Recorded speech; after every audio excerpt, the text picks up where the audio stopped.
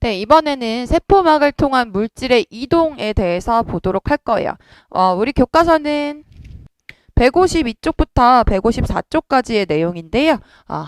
세포막을 통해서 우리 세포막이라고 하는 건 지난 시간에 이야기를 했어요. 인지질 이중층으로 구성되어 있고 사이사이에 막 단백질들이 박혀 있는데 얘네들이 고정되어 있는 것이 아니라 유동성을 가지고 있다라고 얘기를 했습니다. 그리고 이 세포막을 통해서 아무 물질이나 왔다 갔다 하는 것이 아니다라고 얘기를 해서 선택적인 막투과성을 가진다라고 이야기를 했었죠. 그래서 그러한 세포막을 통한 물질의 이동에서의 첫 번째 방식은 바로 확산입니다. 여러분들 이미 확산이라는 개념에 대해서는 아마 알고는 있을 거예요. 뭐예요? 이동하는 거 맞아. 이동하는 거는 확산이라고 얘기를 하는데 방향성이 되게 중요하거든요. 어디에서 어디로 이동하느냐. 예를 들어서 내가 여기서 방구를 뿡 하고 꼈어. 근데 가까이 있는 친구들은 처음에 방구 냄새를 바로 맡게 되겠죠. 누가 방구 꼈네 이렇게 맡게 되는데 뒤에 있는 애들은 뭐야 쟤네 왜 저래 이러고 막 왜 저러는 거야 하다가 나중에 큰 깨달음을 얻죠. 누가 방구 낀 거야 이러고 나중에 뒷북을 치잖아요. 이런 것처럼 이게 왜 이러한 현상이 나타나게 되냐면 여기에 방구를 꼈으니까 방구 분자가 여기에 굉장히 많이 있는 상황, 방구 분자가 굉장히 고농도인 상황이었는데 저쪽에 있는 친구들한테는 방구 분자가 없는 상황이어서 저농도인 상황이었어요. 그러면 그 방구 분자가 이동해서 저 친구한테까지 저 친구 코 속으로까지 들어갔다는 얘기죠. 즉 방구 분자는 어느 쪽에서 어느 쪽으로 이동을 한 거예요? 그렇죠. 많은 쪽에서 적은 쪽으로 이동, 즉 고농도에서 저농도로 이동한 거를 알 수가 있어요. 더러운 얘기해서 죄송해요. 이러한 방식, 이동 방식을 뭐라고 얘기를 하냐면 확산이라고 얘기를 합니다. 그래서 확산이라는 것을 정리를 해보게 되면 물질이 이동을 하게 되는 건데 물질이 많은 곳에서 적은 곳으로 이동하는 형상을 우리는 확산이라고 얘기를 합니다. 보통 물질이 많은 것을 고농도라고 얘기를 하고요. 우리 농도 개념을 얘기를 할 때 농도라고 하는 거는 소금물의 농도 구하는 공식 여러분 기억나세요? 그쵸? 소금물의 농도는 용액의 양 분의 소금의 양. 그러니까 소금물의 양 분의 소금의 양 이렇게 얘기했던 거 기억나세요? 어쨌든 고농도라고 하는 것은 용질 녹아져 있는 그 용질의 양이 많은 거죠. 물질의 양이 많은 곳에서 물질의 양이 적은 저농도로 이동을 하게 된다. 이렇게 볼 수가 있겠죠. 고농도에서 저농도로 물질이 이동하는 물질이 많은 곳인 고농도에서 물질이 적은 곳인 저농도로 물질이 이동하는 현상을 확산이라고 이야기를 합니다. 그래서 실제로 확산이라고 하는 건 세포막을 경계로 이러한 초록색깔 물질들이 여기는 굉장히 고농도로 존재를 하고 있죠. 그리고 이쪽에는 세포막 반대쪽에는 어때요? 저농도로 존재를 하고 있어요. 그래서 고농도에서 저농도로 자연스럽게 많은 쪽에서 적은 쪽으로 이 초록색 물질이 이동하는 이런 현상을 확산이라고 얘기를 합니다. 그런데 우리 세포막을 구성하고 있는 인지질 이중층의 특성이 머리 부분은 물이랑 친하고 꼬리 부분은 기름이랑 친하다, 물이랑 안 친하다라고 얘기했었잖아요. 근데 만약에 물이랑 친한 물질이라고 치면 여기랑 얘랑 친하기 때문에 이 머리랑 친하기 때문에 이 안쪽으로 들어가려고 할까요? 안 들어가려고 할까요? 그쵸? 들어가기가 어렵겠죠. 그래서 이렇게 쉽게 세포막을 관통할 수 없는 아이들 같은 경우에는 막단백질들이 존재한다고 했어요. 그래서 막단백질 중에서도 뭐 통로 단백질들이라던가 운반체 단백질 이렇게 수송을 해줄 수 있는 단백질을 관통해서 이렇게 나가기도 합니다. 그래서 이것도 나중에 한 생명과학 2 정도 들어가게 되면 여러분들이 공부를 할 건데 단순하게 확산된다 아니면 촉진 확산을 된다 뭐 이런 식으로 나눌 수가 있어요. 근데 고등학교 1학년 수준에서는 그냥 관통할 수도 있고 단백질을 거쳐서 통과를 할 수도 있다. 요 정도만 기억을 하시면 돼요. 방향성이 제일 중요해요. 어디서 어디로 이동을 한다. 확산은 고농도에서 저농도로 물질이 이동한다. 요것만 기억을 해두시면 됩니다. 근데 많은 데에서 적은 데로 이동을 하는 거는 굉장히 단순한 거잖아요. 그러니까 어떻게 자연현상을 거슬르지를 않는 거예요. 높은 데에서 낮은 데로 물이 흐르는 것처럼. 그렇기 때문에 이 확산 같은 경우에는 에너지가 사용이 될까요? 안 될까요? 에너지가 따로 필요 없이 그냥 자연스러운 현상이에요. 그래서 에너지 소모가 없다. 물질을 이동시키는데 에너지 소모가 없는 그런 이동 방식이더라라는 거 여러분들이 기억을 하시면 되겠어요. 그러니까 반대로 없는 데에서 많은 데로 보내려면 이렇게 퍼 올려야 되잖아요. 그러기 위해서는 외부에서 에너지가 공급이 돼야 되거든요. 근데 얘 같은 경우에는 그냥 자연스럽게 일어나기 때문에 에너지 소모가 따로 없다라는 특징을 가지고 있어요. 네, 다음으로는 삼투라고 하는 현상인데요.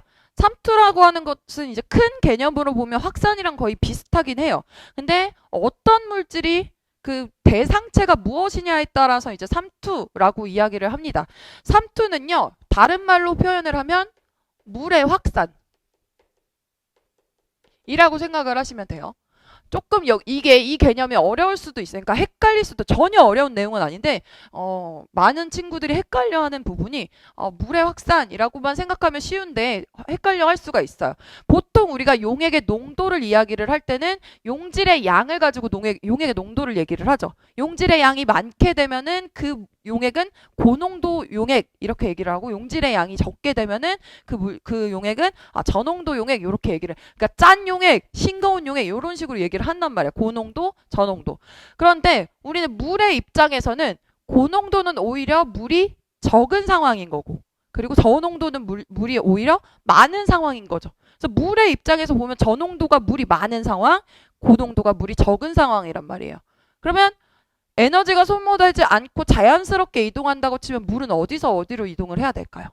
그렇죠. 저농도에서 고농도로 이동을 하는 게 굉장히 자연스러운 거예요. 즉, 삼투라고 하는 것은 용액 기준으로 해서 용액의 농도가 저농도에서 고농도로 무엇이 이동을 하는 거냐면 물이 이동하는 거예요. 물이 이동하는 거. 물이 이동하는 현상을 삼투라고 얘기를 합니다. 용액 농도 기준 저농도에서 고농도로 물이 이동하는 거. 요거를 다시 한번 정리를 하자면 저농도라는 얘기는 물이 어떤 곳? 물이 많은 거. 이거 많을 다예요. 물이 많은 곳에서 고농도라고 얘기하는 거는 물이 어떤 곳? 적은 곳. 소자, 적을 소자예요. 그래서 물이 많은 곳에서 물이 적은 곳으로 물이 이동하는 현상을 우리는 삼투라고 얘기를 합니다. 그래서 여기 그림을 한번 볼게요. 이게 지금 U자 관이고요. 가운데가 반투과성 막이라고 해서 이제 우리 세포 막처럼 아무 물질이나 통과시키지 못하는, 예를 들어서 물 분자 같은 경우에는 그 크기가, 분자의 크기가 굉장히 작아서 이 반투과성 막을 통과할 수 있지만, 용질 굉장히 크기가 큰 애들은, 요 구멍보다 크기가 큰 애들은 통과를 못하겠죠. 그래서 그 반투과성 막을 경계로 왼쪽과 오른쪽의 용액을 한번 비교를 해볼게요. 왼쪽 같은 경우에는 입자의 수가 적은 데에 반해서 오른쪽에는 입자의 수가 어때요? 훨씬 많죠. 용질의 수가 훨씬 많죠. 그러면은 이 용질의 수가 많은 부분을 농도가 높은 용액, 고농도 용액이라고 얘기를 할 수가 있겠고, 여기를 저농도 용액이라고 볼 수가 있겠죠. 근데 여기는 용질 기준으로 얘기를 한 거고, 물 입장에서는 물이 많은 것은 여기가 많고 여기가 물이 적은 곳이에요. 그럼 삼투 현상에 의해서 물의 확산 현상에 의해서 물은 어디에서 어디로 이동을 해야 되는 게 맞을까요? 그쵸. 여기 물이 많은 곳에서 물이 적은 곳으로 이동을 해야 되겠죠. 그래서 시간이 지났더니 어떤 식으로 바뀌었느냐? 용질은 움직일 수가 없어요. 왜냐하면 반투과성 막이니까. 그래서 용질의 개수는 똑같은데 물이 어떻게 됐어요? 여기 있던 이만큼 채우고 있던 물들이 다 이쪽으로 넘어가서 높이가 이쪽 부분이 높아진 걸 볼 수가 있겠죠. 그죠? 그래서 삼투라고 하는 것이 이겁니다. 반투과성 막을 경계로 두 용액의 농도가 같아질 때까지 저농도에서 고농도로 물이 이동하는 현상을 우리는 삼투라고 얘기를 하죠.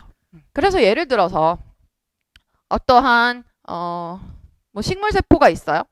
식물세포가 이렇게 있을 때 얘를 굉장히 짠 소금물에다가 넣느냐, 아니면 그냥 맹물에다가 넣느냐.